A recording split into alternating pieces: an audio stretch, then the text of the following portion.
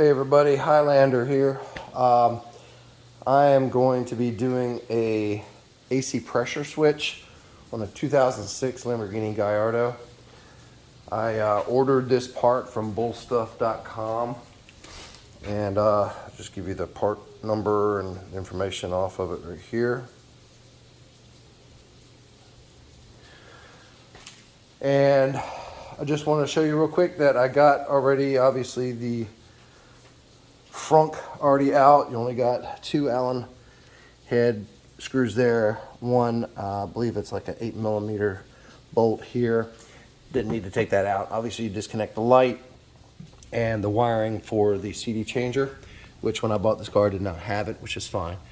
So I want to just show you real quick. You got the connector here. I've already taken it off, but as you can see, it has some residue from the dye in the AC, so definitely have a leak here in this sensor, this pressure sensor. So I'm assuming this is probably where my leakage is coming from, and it appears that there's some maybe spewing out here on my washer fluid reservoir.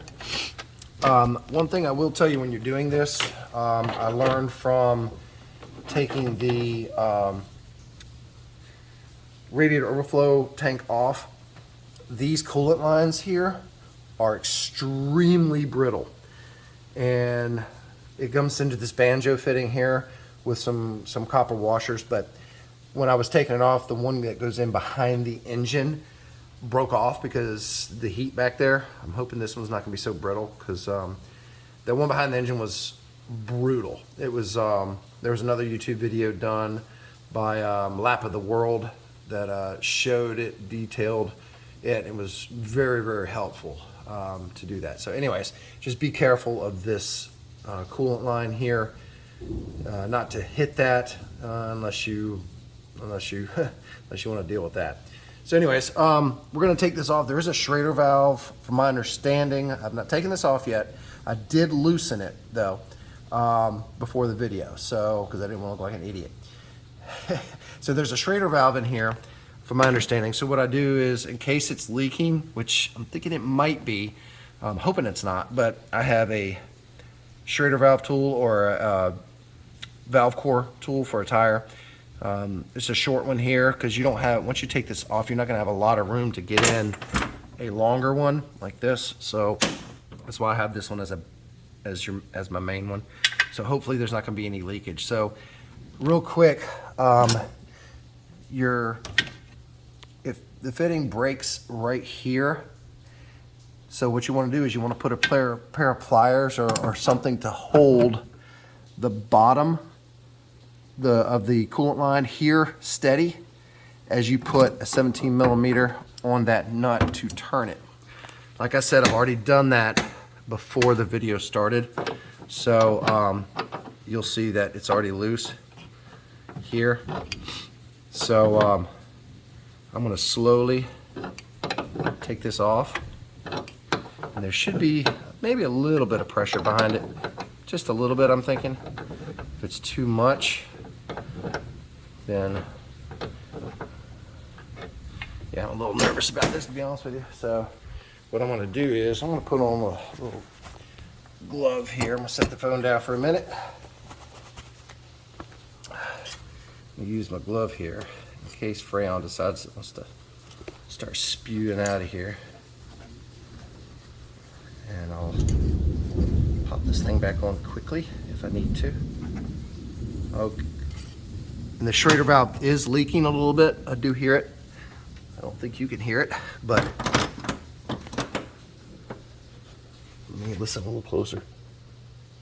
Nope, it's not leaking now. It must have been just a little bit on there. So it looks like there's like an O-ring or something here. So we're gonna just, I don't have a replacement, so I'm just gonna kind of carefully put that back down on there.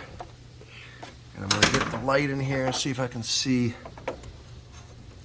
anything. It doesn't appear, let me try to get it back on there. Sorry, I didn't have it on there real good. I don't see anything leaking out because it is under pressure, so I would assume if it has a leak, it would it'd be spewing out. So let's look at this old one here. Yeah, I got a feeling, yeah, definitely leaking from the pressure valve, if you can see that in there. Plenty of dye in there. So here is the replacement. Looks, sorry about the mess on my toolbox. Put that down real quick. I don't know if you can hear the thunder rolling, but here's the new one here. So I'm just going to screw this in, just like this. And I apologize because I'm sweating like crazy out here. And that looks like it is probably a 19 millimeter, maybe a 20. Oh Lord, it's way bigger than that. All right, we're gonna go to standard sockets, 15/16. Yep, 15/16 it is. So here's what I'm gonna do is I'm gonna put the phone down. I'm gonna hold this again with the wrench, tighten this down, and see what we got. I'll prop the phone up real quick. I found a good spot to prop it up. There's really no good spots to prop up in here. Okay, there we go. Yeah, definitely sweating like a whore in church. So, what do I do with my wrench? There it is. So, put that right there.